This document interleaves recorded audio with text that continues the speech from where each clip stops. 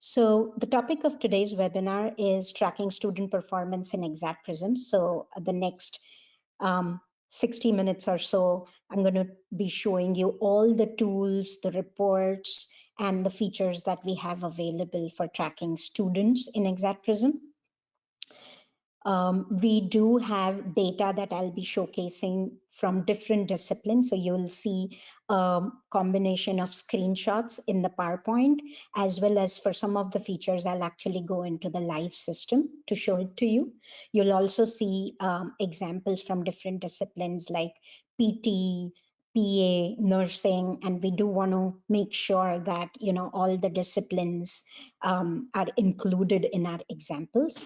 However, I do want you to keep in mind that any feature that we show today is available for any discipline, right? So if you are interested in any particular feature, you should be able to get access to that. So none of the features are discipline specific ones. What you'll find also under the handout section of the GoToWebinar control panel is the PowerPoint that I'm going to use today for my presentation. So feel free to open it up and follow along if you like.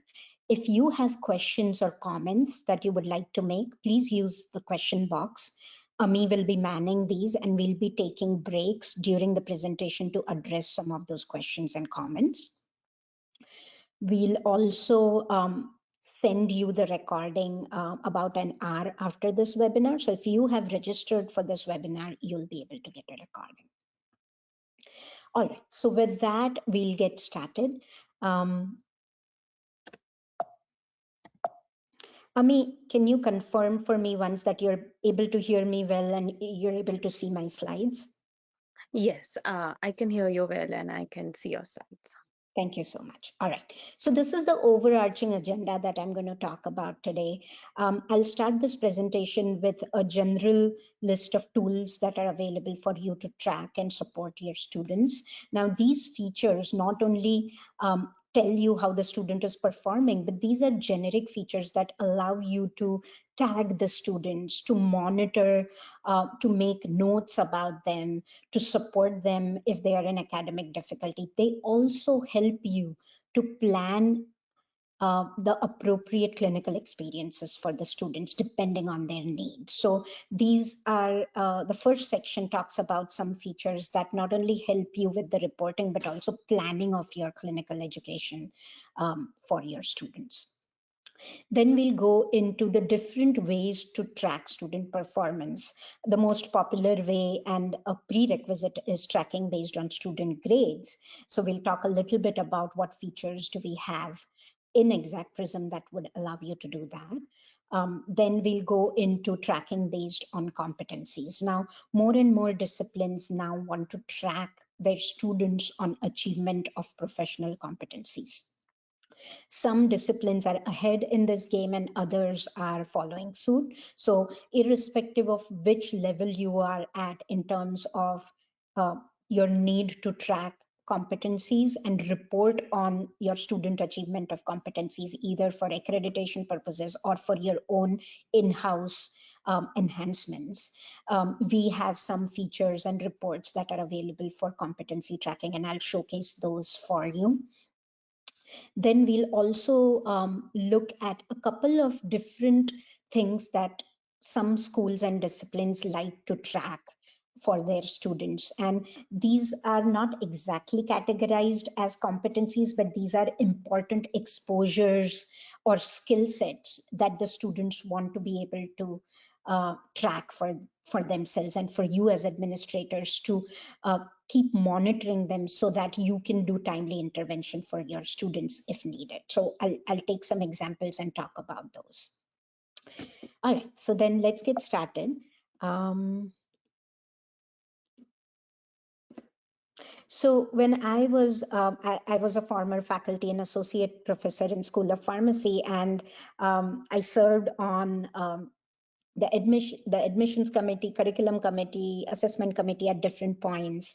But for most of the time, I used to chair the student progression and standing committee. And what that meant is reviewing struggling students at the end of each term, driving decisions based on whether the students would be able to succeed in the program or not, what kind of support do we need to give them, and if we think that they would not be able to ramp up and complete the program successfully, then what were the options for the students. So and when I used to have my discussions with the dean of my program around this topic, he used to mention that some of the top questions that keep him or her awake at night used to be, how are my students doing in the program, right? Which are the bottom 20% performers? What can we do to support those? Are the students keeping up with our program requirements for a timely graduation? And before we graduate them, are we releasing practice ready or competent students with all the necessary skills that our profession warrants for them?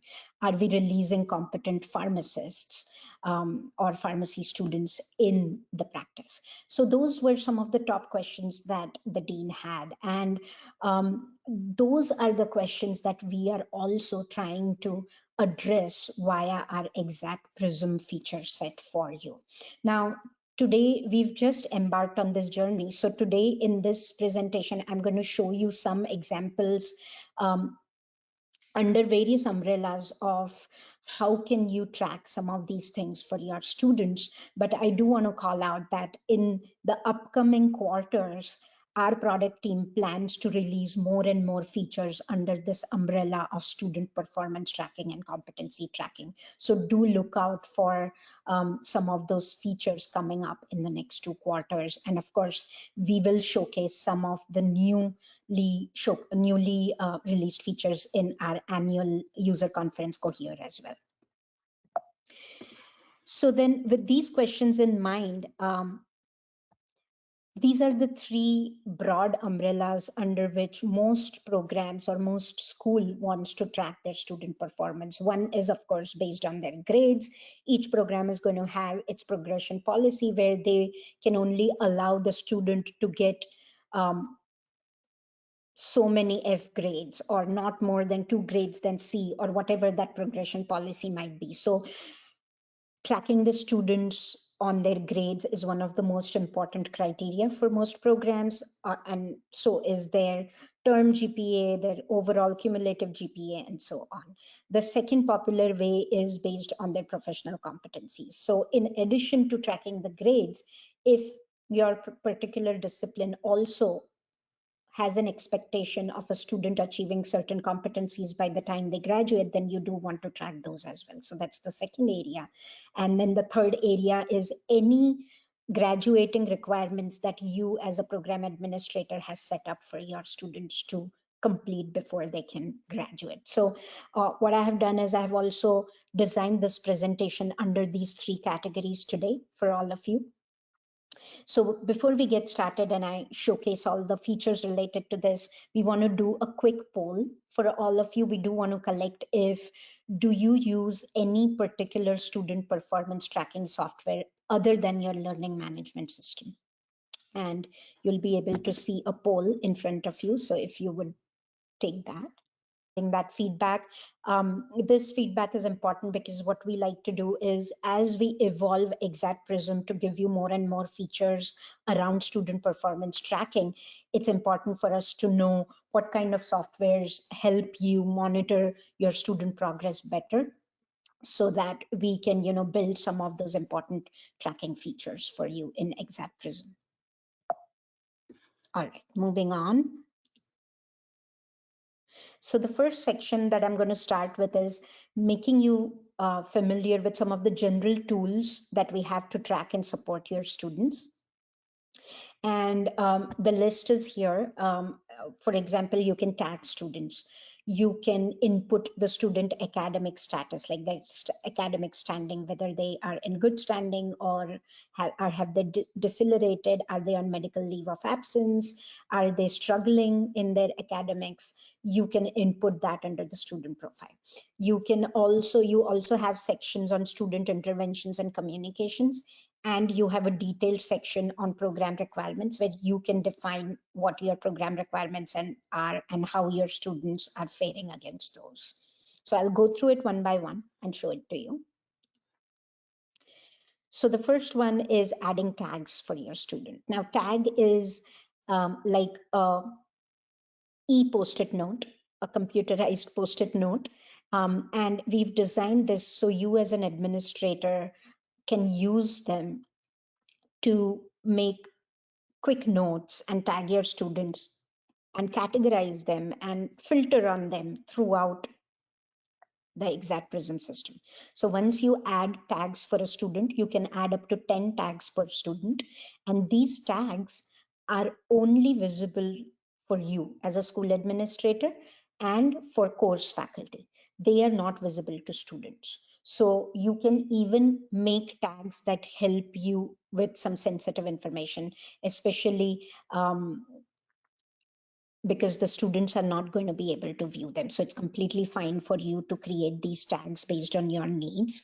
What these tags do is they help you plan good experiences for these students. They help you plan. For example, if you have a student who is really interested in scholarship, in developing their scholarship, then you can tag that interested in scholarship. And then if you have experience, clinical experiences where they are likely to get some research experience with their mentor, you can place these students at those clinical experiences, right?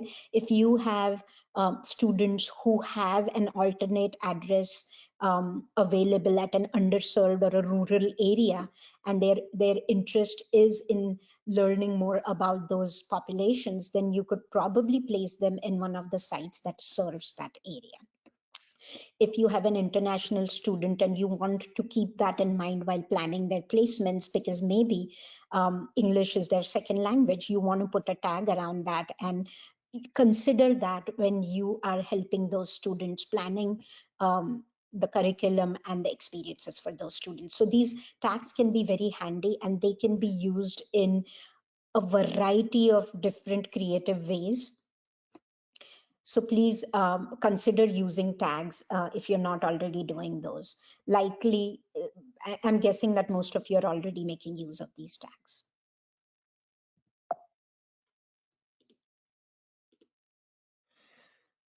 The next is academic status, and as mentioned, under the profile section of every student under academics, you're going to see this drop down, which allows you to enter an academic status for your student. Now, by default, when your students start using the system, or when your students are imported and invited to the system, by default, their academic standing is always good standing. That's the default that the system provides, because most of your students are going to be in good standing. It's only a handful of them which are struggling or which are kept on probation. So those handful of students, you can manually go and change their status if and when the time comes for that. And these labels that you see, like professional probation, academic probation, decelerated, these are customizable. So if there are specific labels that you would like to see here, just reach out to support and they will get these labels customized for you.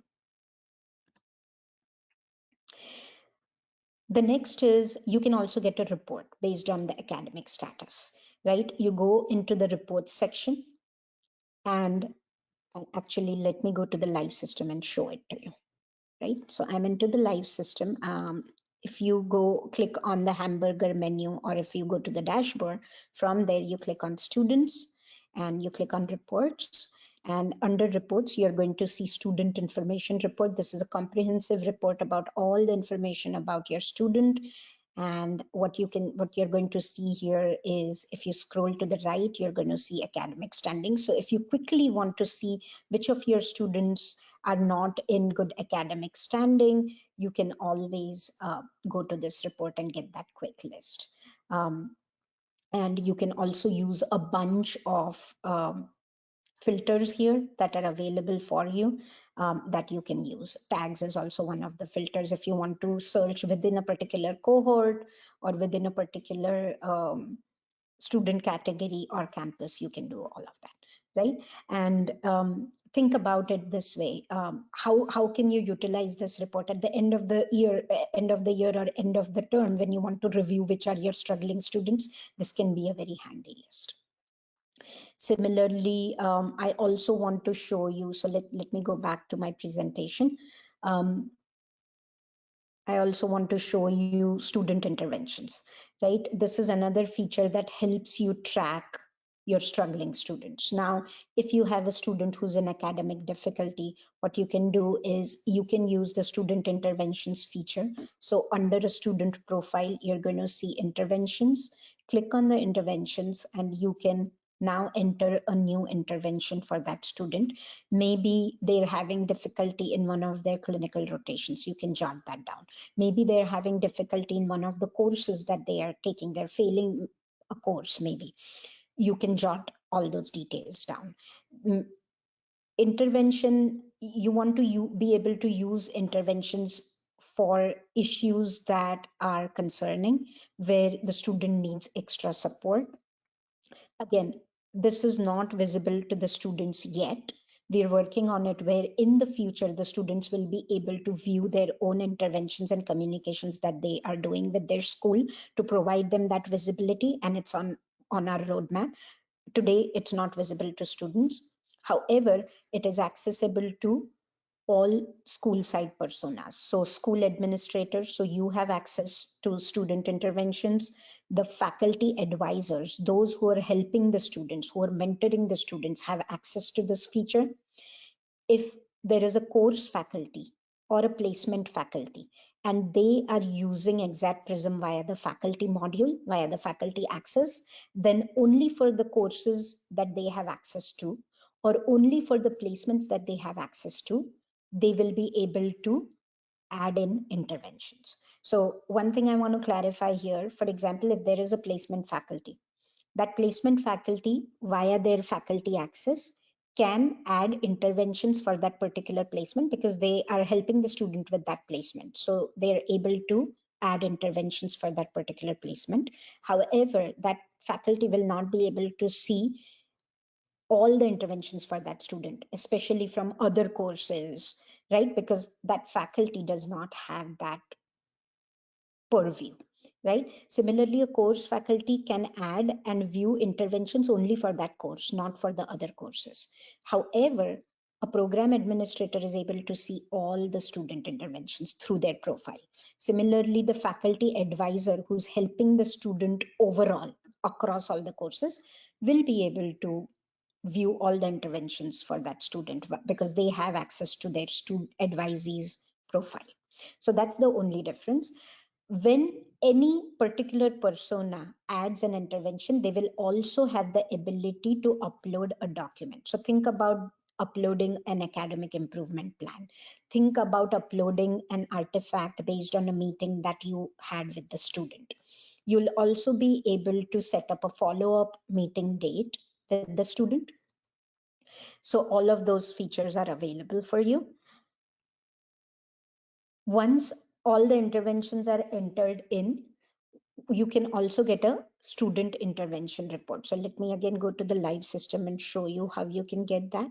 So if I go back to the student section and on the reports under student tracking, you will have an intervention log and a communication log, right? So let's check out the intervention log. So this is all the students and their intervention. So if I scroll on the right, you will see the description of the intervention. What was the intervention about? What was the follow-up date? What was the date of the intervention? All those details you'll get. Now, for example, imagine you want to get all the interventions for a particular student. So here I'm going to search for Janet Brown, and this is giving me a list of all the interventions that have been done for this student. Now, what's the value of this report?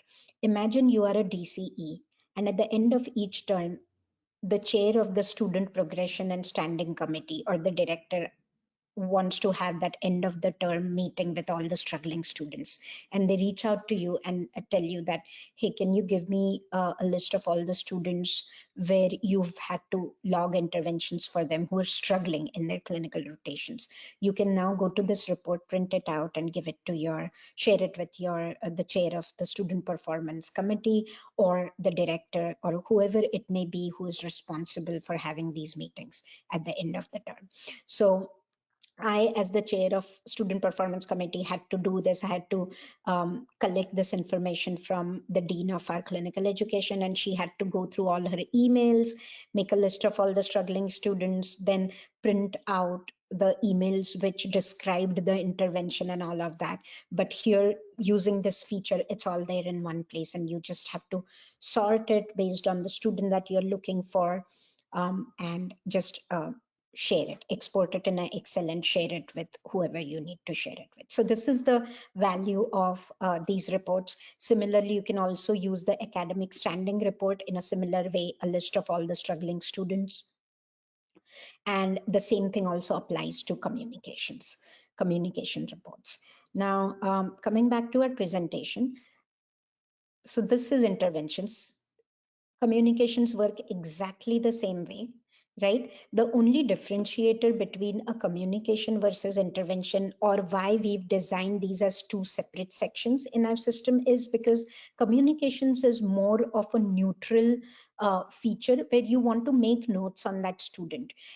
It doesn't necessarily mean that the student is struggling or is in academic difficulty. Maybe you want to you had a conversation with the student that, you know, they're soon going to have a baby, or they have special accommodations, and you want to make a note of that, so that when you are planning students rotations, or when you're planning certain experiences for them, you can keep that in mind, you have it handy in one place. So communications are more of neutral notes of conversations that you've had with your students, and that help you document those conversations and use it for planning purposes, whereas interventions are used to document issues and support students in academic or professional difficulty. So to easily make that distinctions, we have those two separate sections in Exxat Prism.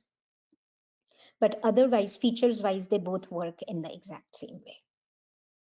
All right, moving on to program requirements, which is another great tool if you are a discipline that likes to track whether students have completed certain program requirements before they can be marked off for graduation. Um, in Exxat Prism, we do have a section on program requirements. This can be used to track specific requirements set up by your program. It can be configured by you, so this is completely customizable. You can configure different set of program requirements for each of your cohorts if you wish to. Most cohorts will have the same requirements, unless, you know, there is a big change in accreditation which warrants that your new incoming cohort now start adhering to additional requirements, and so forth. And then how do you mark the requirement as complete? There are two ways. There is a manual way where you have full control over marking them as complete for a student, and there is also an automatic way where our system marks it complete for you, and I'll show you both of those. So how do you add or customize or configure your program requirements? So you decide what you want to track in terms of program requirements for your students. For most disciplines, it's clinical settings. So clinical settings is a very popular requirement that a lot of our health disciplines have, that they want to track, and they want to ensure that each student has received a clinical experience or a field experience in each of these clinical settings. So that's a very popular way. Then in addition to that, some of the other disciplines also have additional requirements for number of hours, clinical hours that they have done. And there could be multiple other examples of programmatic requirements that they want to track. So here I'm showing you an example of how clinical settings can be set up as program requirements. So you go in under setup and program requirements, and then you can also open up the drawer. You can give program requirement a name. For example, here it's family medicine, and then you can go to your pick the clinical settings that map to this particular requirement. And the way it works is that whenever the students complete a rotation or a placement in this particular setting, our system will detect it and mark it as complete. And you can also decide whether this particular requirement applies to all the cohorts or for selected cohorts. And then this is how you would set up the program requirements. Once the program requirements is set up, when you click on any student profile on the right hand side, you will see a section on program requirements, and you can see all the program requirements listed here. You can review them. Where is the student at?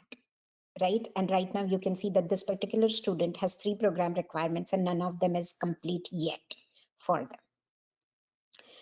You can also, when you're making a placement, so this is a placement card, when you are making a placement for your student, you can pick which program requirement would be fulfilled using this placement. And if you make this selection while making the placement, then our system will automatically update this program requirement and mark it as being completed once the student completes this placement. Right? So here you can see that this student has automatically completed the elective as a program requirement because they probably got placed in an elective course or a rotation, and then it is complete. Whereas they still have to complete emergency medicine and family medicine, which are the 2 other program requirements that are set up for the student. You can also manually go and change and mark a particular program requirement as complete. And for that, you just click on the pencil icon and mark it off as complete. Now, our product team on the roadmap has a bunch of enhancements for this particular feature also.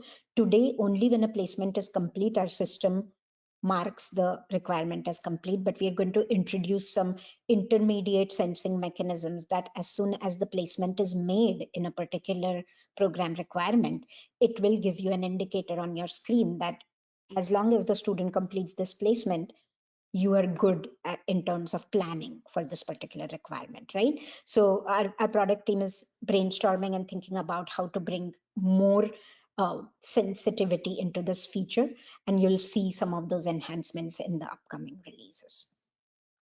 There's also a program requirements report that's there that you can get, and via this report for all your students or students belonging to a particular cohort or a class, you can track how the students are doing. So you can see completed requirements and pending requirements. And if you scroll down, you'll see all the students and how many requirements are pending and how many are completed. And this should help you plan for their remainder of their clinical experiences or their remainder of their curriculum, right? So this report can help you with your planning.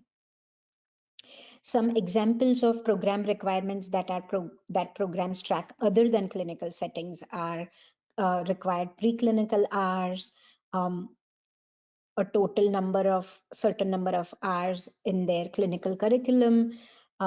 If they need an out of state placement, then that could be another requirement that's there. Now today, you can set up any kind of requirement as a program requirement. The only thing is, today our system is built to automatically sense clinical settings and mark it off as complete. Whereas for any other requirement that you set up, you can always use this feature and mark individual students as having completed those requirements. And in the future, we'll keep evolving this feature for program requirements other than clinical settings also, so that our system can help you track it in addition to you manually updating it for each student.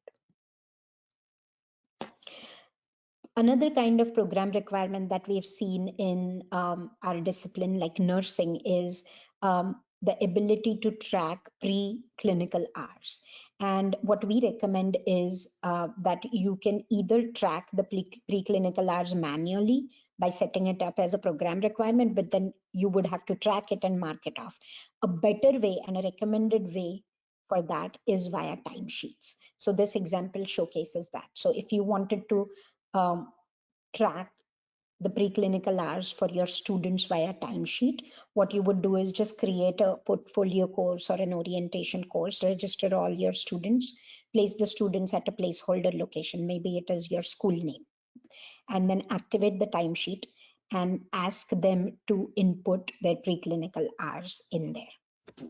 And once you have done that, you can not only review their preclinical hours, but you can also get a report. So we have a report called the timesheet report, hours by category report. And in there, as you can see, the preclinical hours, the total of that have been approved is visible for each student, right? The advantage of setting it up as a timesheet in a portfolio course is that you don't manually have to track it. As and when the students enter those, you will be able to get an accurate number in the form of a report. So that's the advantage of that. All right, so how about we take a quick question break? These were some of the general tools that are available for tracking. And after this, we are going to get into grade-based tracking and competency tracking. But I'll take a pause, and Ami, if there are any questions that I can help address, I'd like to do that. As of right now, I don't see any questions being posted. I think we can give everyone just few seconds to type in. Okay, we can pause for a bit, and then if nothing, I'll continue. If you do have questions, please post them in the questions box, and then we'll address them in the next question break. But Uh, before I move on, is there a question, Ami? no, Okay. not yet. So in the interest of time, we'll just keep moving. Um, So next is tracking based on student grades, right? And all of us want to track student grades. That is one of the most important things that we're required to do for our students. And most of you track them via your LMS, right? Your learning management system is an official way to not only document, but even communicate student grades with students. However, since most of your clinical data and your rotation and placement based evaluations are in Exxat, we also wanted to provide you an easy way to track your student grades in Exxat as well. And that's what I'm going to showcase to you. What are the student grade and student score tracking mechanisms that we have today in Exxat Prism? So up until recently, in Exxat Prism, you could only track student scores or student grades on their clinical courses, right? But in the past 6 months, we have incrementally evolved Exxat Prism and supported you for creating and tracking assignments, assessments, and evaluations for your didactic courses as well. So most of you probably already know this, and some of you may already be using it for your didactic courses.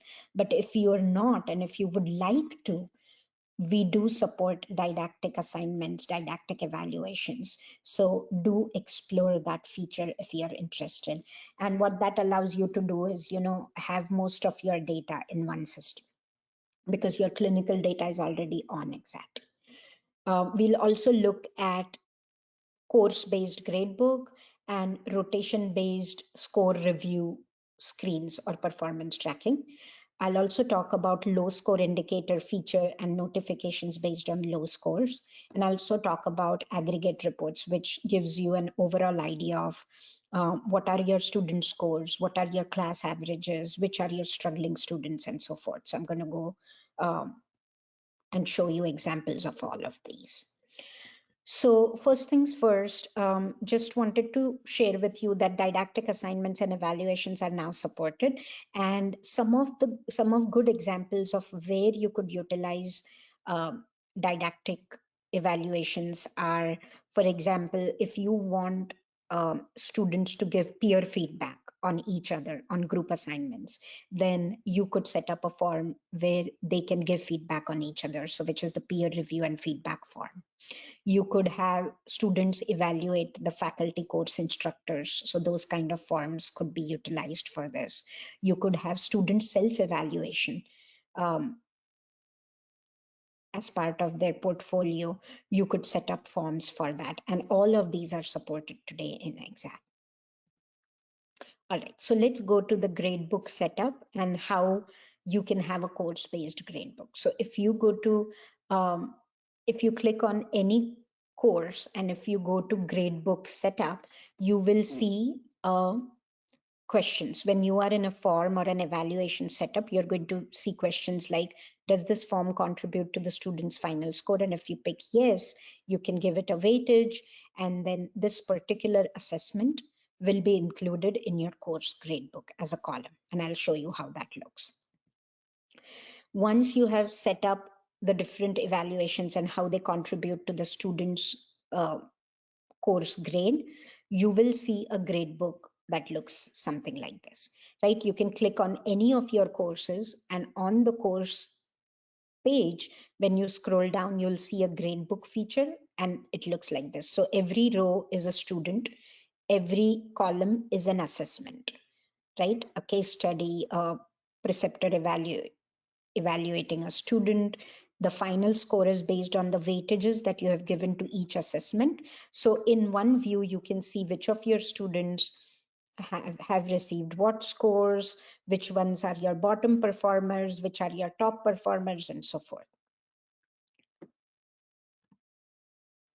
What you can also do is you can review student performance based on a rotation view, right? So I'm going to go into the live system and actually show you how some of this works. So for example, this is the course-based gradebook. So I'm inside of a course, and you can go on courses and select any course offering. And if you click on that course, you will land up on a screen like this. This has the course information, the students, the announcements, all of it. So it's a course details page. And under that, there is a learning activities section. And under learning activities, there is a gradebook. If you click on the gradebook, you're going to see something like this. And with all their grades, all the students, all their assessments that contribute to their course grade. And what you can also do is you can enter in new grades, you can bulk edit grades, you can edit the grades one at a time, all of that. You can also do review your student performance in an alternate way.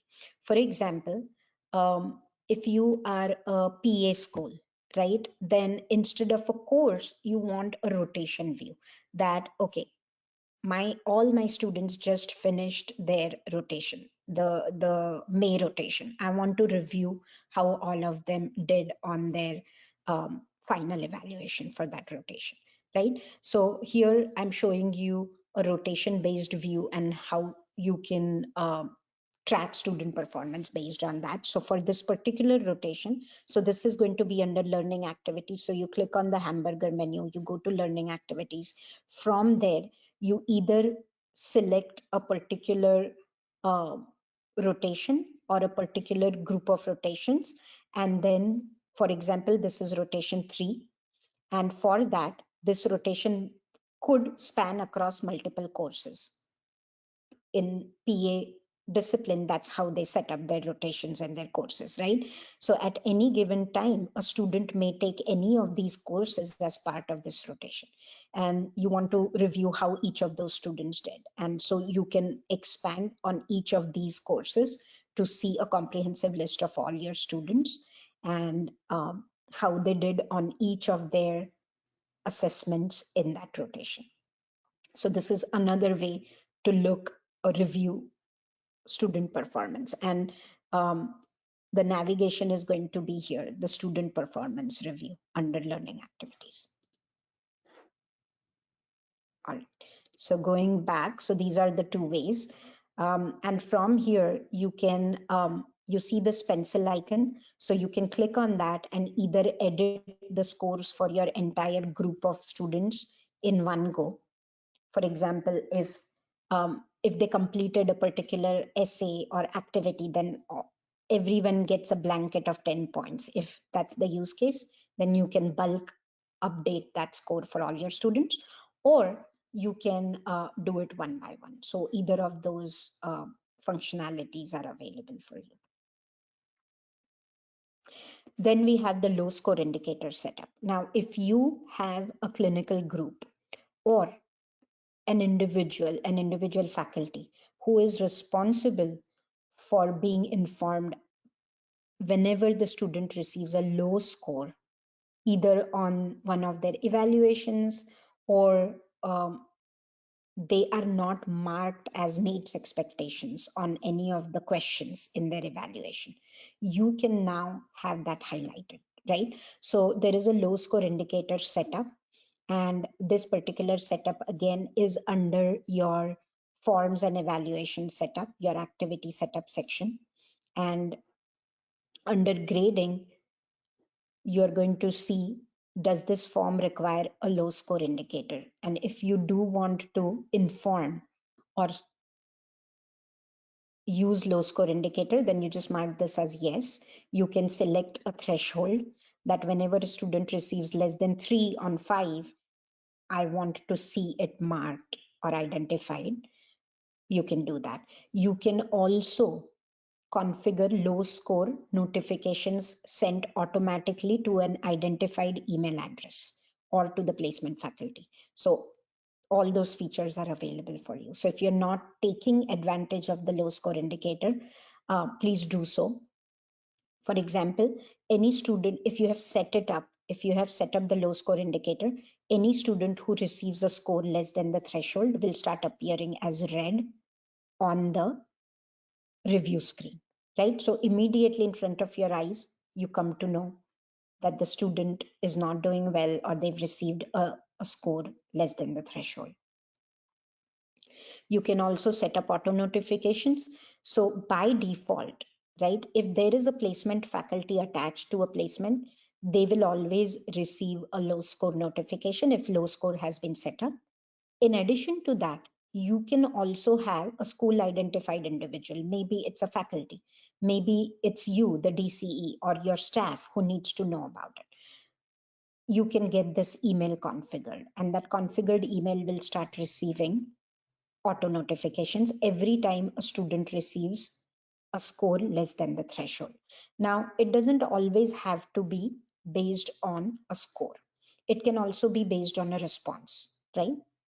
So all of this can be configured. And at the bottom of the setup page, you will also see if you've already set up auto notifications or low score indicators, you will see that information. So you will know what has been set up for your program. These are some of the examples. This is the kind of email that will be sent as an auto notification to the stakeholders. So the top one is for the low score notification and the bottom one is for response based notification. Now here, if you see, the response was below expectations, right? And so that is not a score based one, but rather a response based one, but you want to know about it. If a certain student received a rating of below expectations by the preceptor, you want to know that. So you can set it up based on a response, or you can set it up based on a score threshold. So the next feature, which is a very well received and a popular feature that we recently released maybe a couple of months ago, is aggregate reports. And this is a very versatile report. And let me actually go to the live system to showcase this to you.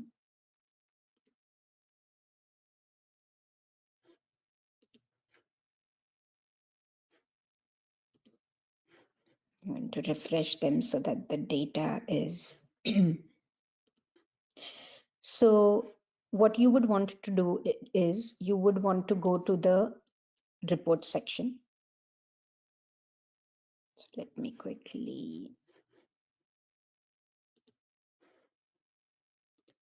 go to learning activities.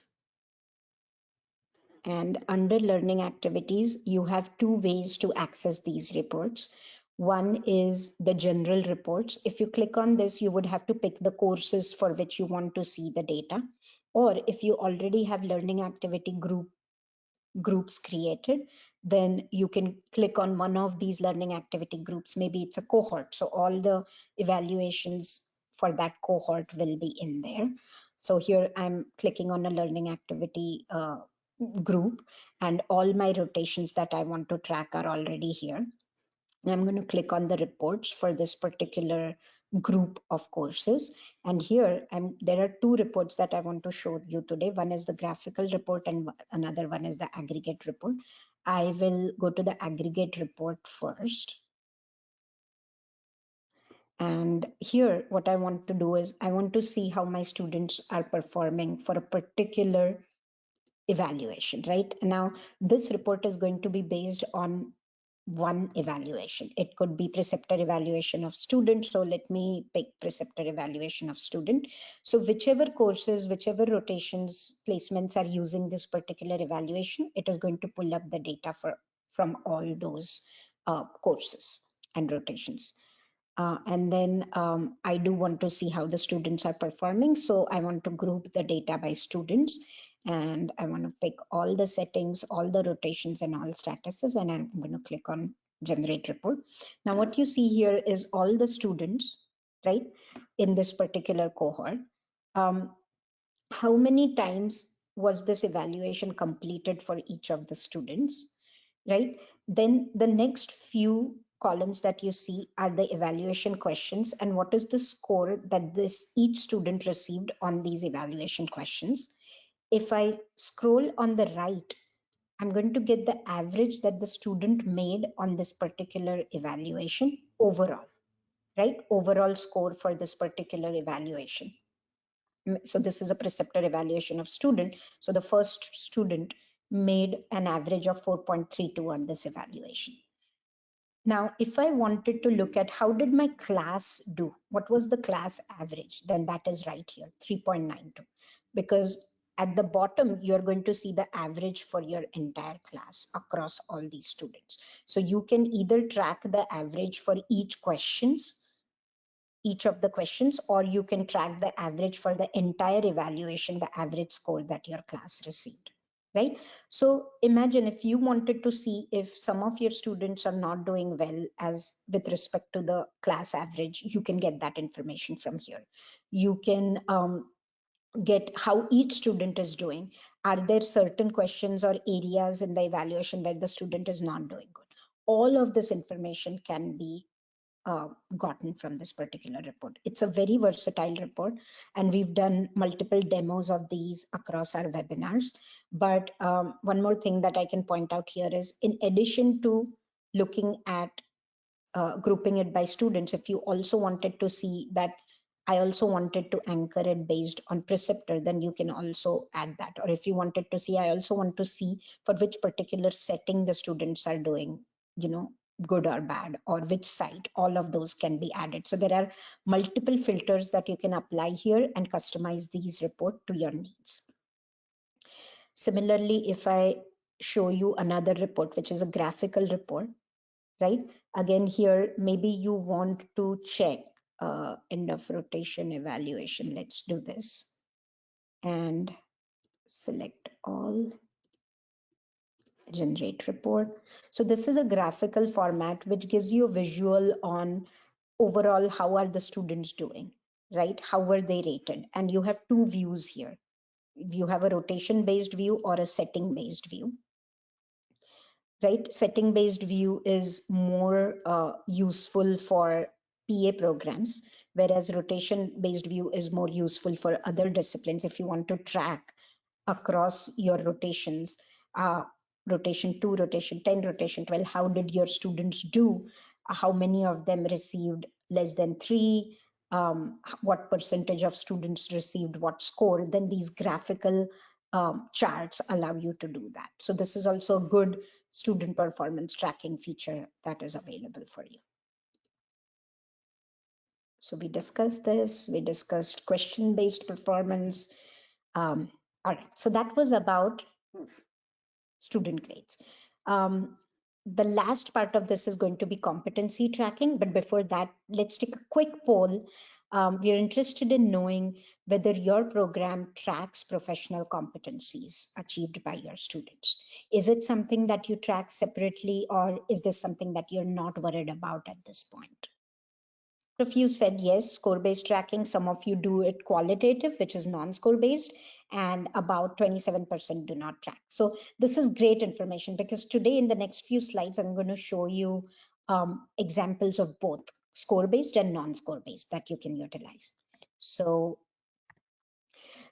again, as mentioned, we support both these formats. Depending on your needs, you can pick one or the other or both, right? And so let's start with the score-based tracking. Now, score-based tracking is where you know exactly which evaluation questions help you assess which competencies. So for first thing is you know which competencies you want to track. Second is you know which evaluation questions assess help you assess those competencies. And third, when the student receives a score by the preceptor or the faculty on that particular evaluation question, you can map it back to the competency, and we are able to give you a report that based on the scores that the student received, this is how your student is doing across all their competencies. So that's the basic framework. So what you see here is an evaluation, and this is an example from the nursing discipline. What you see in parenthesis at the end of each evaluation question is the competency that it helps assess, right? So the competency is mapped to the evaluation question, and this mapping we will collect from you. If you do decide to track competencies in Exxat Prism, reach out to us and we will configure competency tracking for you. What it means is we will collect this one-time mapping from you. What are your competencies that you want to track and which questions help you assess which competencies? This is a one-time activity, and once we've collected that from you, and when the students are rated on those, we'll give you a report based on that, right? And so once this mapping is done, the evaluation will go to the preceptor or the faculty, and they will rate the student. They'll provide a student a score on each of these questions, and based on those scores, we'll be able to give you a competency report for each student that looks something like this. Now, this is a busy slide, so let me take a minute to orient you. This is a score-based competency tracking. What you see in the first column are the domains or the competencies. The second column is the subdivision of those competencies. So you have the domains, you have the competency, and then you have the sub-competency under each domain, right? And this is the format that our nursing discipline uses, but based on your competencies, this report will look slightly different. Maybe you do not have a 3-level competency tracking, right? Maybe you just have 8 competencies, 1-level competencies that you want to track. That's fine. We can accommodate that. So depending on your competency setup, this report, the format might change slightly, but overall, this is how it would look. Now, you see each column here in blue. These are your courses and evaluations which have questions that have been mapped to these competencies. So for each evaluation and course combination, you see one column here. And every time, and this whole sheet is for one student. So at the bottom, you see student 1, student 2, student 3. So you will have this report for each of your students. And then if you follow along for each row, which is a competency, on the right hand side, you will see what is the student score on that particular competency. So for example, for competency 1.1a, the student has received a score of 3.54. You will also see the mean score for that student across all competencies. That is also available. So you are also able to see the number of times the student was evaluated on that particular competency in the second to last column on the right. So for the first competency, the student was evaluated 5 times, right? So all this is good data. This is data driven reporting, where you at the end of the clinical year or even during the clinical year, you can regularly monitor this report and see for a particular student, is there a competency that they are lagging behind in, where they need some extra experience, extra mentoring, and you can use that information to give them that supplemental experience or change their placement so that you can accommodate that need for them, right? So this report not only helps you with your planning purpose for your real-time monitoring of achievement of competencies, or end of the year or end of the term reporting purposes, either for your accreditation, either for your in-house enhancement of your curriculum, all of those things. If you see that across your students, there is a particular competency where students are consistently scoring less than what you would expect them to be, then you know that you need to provide more reinforcement in that subject matter in your curriculum. So you can drive those curricular enhancements based on this. Or you can see here that the point scale that we have used is 5. So most of the scores are 3 out of 5, 4 out of 5, right? But in your discipline, if you use a point scale of 10, then it's completely customizable. So we will work with you to create that competency matrix that you want to use, the rubric that you want. So we'll ask you what do your competencies look like? Are they 2-level competencies or 1-level competency? What is the grading scale or the rubric that you use? And your report will look or be slightly different based on the rubrics that you use. But this is the basic format that you'll get. So if you are interested in this kind of competency tracking, do reach out to your account manager, or if you are in the onboarding phase, reach out to your CSS, and we will help you with setting the competency tracking for you. Now, in the last few minutes, I also want to show you qualitative or non-score based competency tracking, which could be knowledge and skill acquisition. A lot of disciplines use it. So this is qualitative, meaning a faculty or you will go in manually and fill this up for each student, whether they have achieved the competency or not achieved, right? So this is an example. You can set up an orientation course and we can set up this competency form, and each faculty, the faculty will go in and they will fill this form out for each of the students that they are responsible for. And they can either say that the student met the competency or is still developing the competency, as in they have not met it, and via which courses are they meeting it. And again, in the parentheses, you can indicate which competency is met via which course. And once that data is filled, you can get a report like this for each student, where you can get that which competency, whether it's met or not met, and via which course was it met. We also give you a clinical certification report, where for each student you can say they have met all the competencies, and it can be, signed off as a certificate that, okay, this student is ready to graduate. All right, so last but not the least, there are 2 more examples that I want to share, and then we'll wrap up this webinar.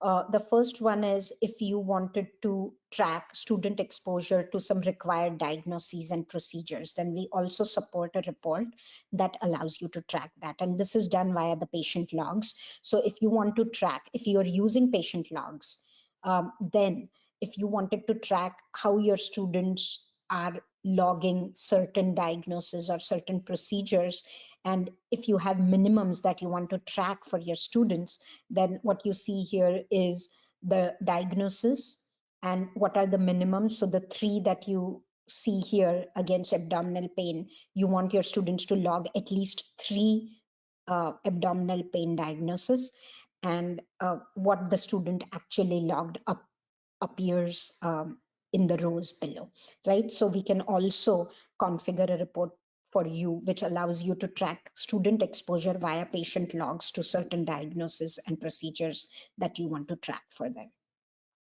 Some nursing undergraduate programs also like to track skills checklist for their students.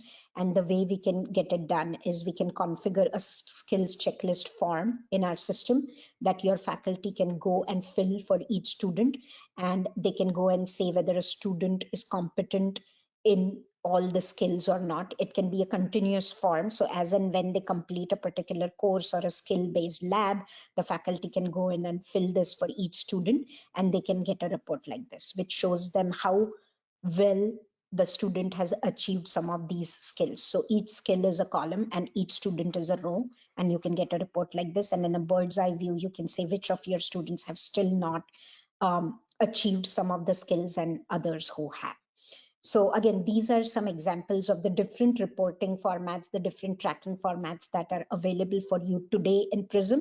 And in the upcoming months, we are going to evolve these student performance tracking features so that you'll get more and more tracking features. One of the important features that we are currently building, and it will be available to you soon, is student view of how they are doing, right? Be it competencies, be it their grades, be it their intervention report, all of those, giving students visibility into how they are doing, because it's important that they know how they stand. All right, so I think we are at the top of the hour, so I do want to take any questions that you may have. Thanks for staying back. And we have some interesting webinars coming up. We're doing a nursing specific tracking the essentials webinar next Tuesday. And we have our Exxat Prism training series for all disciplines if you want to ramp up on your Prism training knowledge. So go ahead and register for those, and I can take any questions that you have. There were a couple of questions around how to see the ability of tracking the grades, like in a different LMS system and within Exact. So they were looking out for a way to maybe integrate or call the data from other to Exact or vice versa. So I have asked them to like reach out to their account managers in the case of a special use case that they have, or to explore the idea of importing the data for within Exact. Right. So yeah, I'll just add on to that, Ami. We do integrations. So reach out to your account managers. In general, we are on our product roadmap. We do have enhancements where we are thinking about how we can give you a simple import or export tool where you can bring in data from your LMS, or for example for your didactic assessments, if you're using ExamSoft, how you can easily bring data into Exact so that all your clinical and didactic data will be in one place. We are currently discussing some of those ideas, so hopefully in the next few months we should be able to give you a tool to do that, so that your competency tracking or your student performance tracking is all in one system. So as a generic tool, we are thinking about it. Hopefully we'll have something for you soon, but if you have any specific integration ask, we do support case by case integrations as an add-on, so reach out to your account manager for that. Any other question, Ami? No, mostly the questions were around that. All right. In that case, thank you so much for taking the time to attend this webinar today. We do have a short survey. If you wouldn't mind, just take a minute to give us feedback so we can keep improving on our webinars. And thank you all, and have a great rest of the afternoon. Thank you. Thank you everyone for joining in.